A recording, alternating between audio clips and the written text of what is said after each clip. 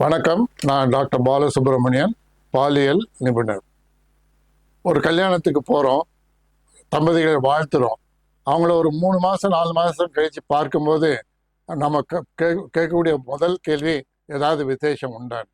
அது தம்பதிகளை சங்கடப்படுத்துங்கிறத நம்ம தெரிஞ்சுக்கிறதே இல்லை, புரிஞ்சிக்கிறதே இல்லை. இந்த தம்பதிகளுக்கு நான் சொல்லக்கூடிய ஒரு அட்வைஸ் என்னன்னா, இதை பற்றி கொஞ்சம் கூட கவலைப்படாதீங்க. இது மருத்துவ ரீதியாக திருமணமாகி 1 வருடத்திற்குள் மனைவி கருத்தரிக்க வேண்டும். 2 வருடத்துக்குள் குழந்தை கையில் இருக்க வேண்டும். இதுதான் மருத்துவ ரீதியாக கூறப்படுவது. இதனால முதல் வருஷத்திலேயே பிரெக்னென்ட் ஆகலை, டெலிவரி ஆகலைன்னு நினச்சி சங்கடப்பட வேண்டிய அவசியமே இல்லை. இது நீங்கள் சில சமயங்களில் மருத்துவரை ஆலோசிக்க வேண்டிய நிர்பந்தம் ஏற்படலாம். இப்போ பார்த்தீங்கன்னா ஊருக்கு ஊர் இன்ஃபர்டிலிட்டி கிளினிக்ஸ்ன்னு இருக்குது. உடனே நீங்கள் அங்கே போக வேண்டியது இல்லை, 3 மாதத்துக்கு அங்கே போகணுங்கிற அவசியம் இல்லை. சில பேசிக்ஸ் தகவல்களை நான் இப்போ கூற போகிறேன், அதை நீங்கள் தெரிஞ்சுக்கோங்க. இந்த உடல் உறவுங்கிறது, தாம்பத்திய உறவுங்கிறது தானாக நிகழக்கூடியது இருந்தாலும் அதை பற்றி சரியாக தெரிஞ்சிட்டீங்களாங்கிறத முதல்ல உறுதிப்படுத்திக்கோங்க. நீங்கள் பார்க்கக்கூடிய ப்ளூ ஃபிலிமோ இல்லை நண்பர்கள் கூடக்கூடியதோ இல்லை உண்மையாக இல்லாமல் இருக்கலாம். அதனால் நீங்கள் சரியான முறையில் உங்களுடைய உடலுறவு நிகழ்கிறதாங்கிறத உறுதிப்படுத்திக்கோங்க. அடுத்தது, மனைவிக்கு மென்ஸ்ட்ரல் சைக்கிள்ங்கிறது இருக்குது.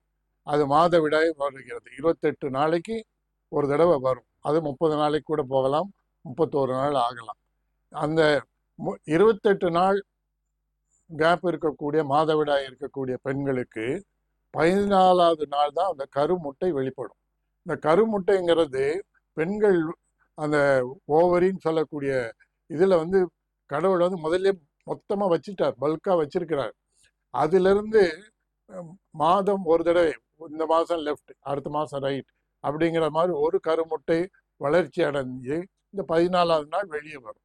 இந்த வெளிவரக்கூடிய அந்த கருமுட்டையை இந்த ஆண் விந்தில் இருக்கக்கூடிய அந்த ஸ்பாமுங்கிறது போய் சேரணும்.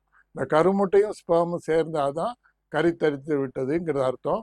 அது அப்படியே கருத்தரித்து வளர ஆரம்பிக்கும். வளர ஆரம்பிச்சுன்னா அது ஈஸியாக உறுதிப்படுத்தலாம்.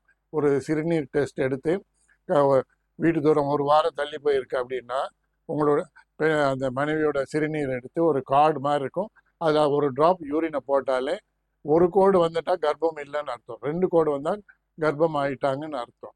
ஆக இதை உறுதிப்படுத்திக்கலாம். அடுத்தது நான் சொல்ல வந்தது, கருமுட்டை வெளிப்படுது இல்லையா 14வது நாள், அது 24 மணி நேரத்துலேருந்து 48 மணி நேரம் வரைக்கும் உயிரோடு இருக்கும். அதே மாதிரி ஆண் விந்தில் இருக்கக்கூடிய அந்த உயிரணுக்கள் 24 மணி நேரத்துலேருந்து 48 மணி நேரம் உயிரோடு இருக்கும். ஆக இன்னைக்கு கருமுட்டை வெளிவந்திருக்கிறது, நாளைக்கு தான் உடலுறவு நிகழ்கிறதுனாலும் அந்த கருமுட்டை காத்திருந்து இந்த உயிரினோட சேர்ந்து கருத்தரிச்சிடும். அதே மாதிரி விந்து ஏற்கனவே வந்திருக்கு, அடுத்த நாள் தான் கருமுட்டை வருதுன்னாலும் அப்போ இந்த விந்து வெயிட் பண்ணி கருமுட்டையோட சேர்ந்து கருத்தரிச்சிடும். ஆக நான் சொல்ல வருவது, 1 நாள் விட்டு 1 நாள் தாம்பத்தியம் இருந்தாலே இந்த கருத்தரிக்கிறது சாத்தியம். அதுவும் வீட்டு மாதவிடாய் ஆரம்பித்த 12வது நாள்லேருந்து 18வது நாள் வரைக்கும் 1 நாள் விட்டு 1 நாள் அவங்க சேர்ந்தாங்கன்னா கண்டிப்பாக அந்த மாதத்தில் கருத்தரிக்கிறதுக்கு வாய்ப்பு உண்டு. அடுத்தது இவங்க தெரிஞ்சிக்க வேண்டியது, ஆண் வித்து வெளியே வரும்போது நீர் இருக்கும், அது கொஞ்ச நேரத்திலேயே ஒரு ஜெல் மாதிரி மாறிடும். அந்த ஜெல் மாறிட்டு இருக்கும்போது அது ஒரு 15-20 நிமிஷம் ஆகும் திருப்பி திரவமாக மாறதுக்கு. இந்த 15-20 நிமிடத்தில் இந்த மனைவி எந்திரிச்சு டாய்லெட் போனாங்களோ திரும்பி படுத்தாங்களோ இந்த ஜெல் வெளியே வந்துடும். ஆக சேர்ந்ததுக்கு பலன் இல்லாமல் போயிடும். அதனால் சேர்ந்ததுக்கு அப்புறம் இந்த மனைவி மல்லாந்து படுத்து ஒரு அரை மணி நேரம் மல்லாந்து படுத்தாங்கன்னா இந்த திரவமான இந்த விந்து ஜெல்லாக மாறி திருப்பி எல்லா இடத்துக்கும் பரவ ஓட ஆரம்பித்து அதில் ஏதாவது ஒன்று இந்த கருமுட்டையோட போய் சேர்ந்ததுன்னா கருத்தரிச்சிடும். நம்பிக்கை இழக்காமல் பொறுமையோடு இருந்து நான் கொடுத்த தகவலின்படி தாம்பத்திய உறவை நிகழ்த்தினார்கள் என்றால் 3 மாதத்திலிருந்து 6 மாதத்திற்குள் நல்ல தகவல்களை நீங்கள் பிறருக்கு தைரியமாக சொல்லக்கூடிய நல்ல பலன் உங்களுக்கு கிடைக்கும். அப்படியே 1 வருடம் ஆகியும் நீங்கள் கருத்தரிக்கவில்லை என்றால் மருத்துவரை அணுகுவது நல்லது. இன்ஃபர்டிலிட்டி கிளினிக்ஸுங்கிறது எல்லா இடத்துலையும் இருக்கிறது. அங்கே வந்து கணவன் மனைவி 2 பேருமே போகணும். நம்ம பெரும்பாலும் கணவன் போகிறதே இல்லை. எல்லாம் நீ ஒன் தானே, பெண் தானே, நீ தானே குழந்தை பெற்றுக்கணும், நீ போய் பரிசோதனை செய்யணுங்கிறாங்க. ஒரு 45% குறைபாடு உள்ள தம்பதிகளுக்கு ஆண்கள் காரணம்னு கண்டுபிடிச்சிருக்காங்க. 55% தான் பெண்கள், 45% ஆண்கள். இன்னும் போக போக இந்த 45 55 கூட மாறிடலாம். ஏன்னா உயிரணுக்கள் வந்து எண்ணிக்கை குறைஞ்சிக்கிட்டே வருது. அதனால கணவனும் சேர்ந்து கூட மருத்துவரை கலந்து ஆலோசித்து நிறைய முறைகள் இருக்கிறது. மலடிங்கிற வார்த்தையை தமிழ் அகராதியிலேருந்து எடுக்கக்கூடிய காலம் கட்டம் இது.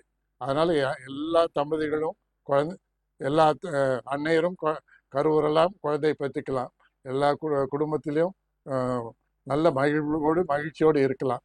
அந்த மாதிரி இருக்கும்போது நம்பிக்கை இழக்காமல் 1 வருடம் வரை இயற்கையாக முறையில் கருத்தரிக்க பயன்படுத்தி பின்னர் தேவைப்பட்டால் மருத்துவ ஆலோசனை பெற்று 2 வருடத்துக்குள் நீங்கள் கட்டாயம் குழந்தை பெற்றுக்கொள்ளலாம். நன்றி, வணக்கம்.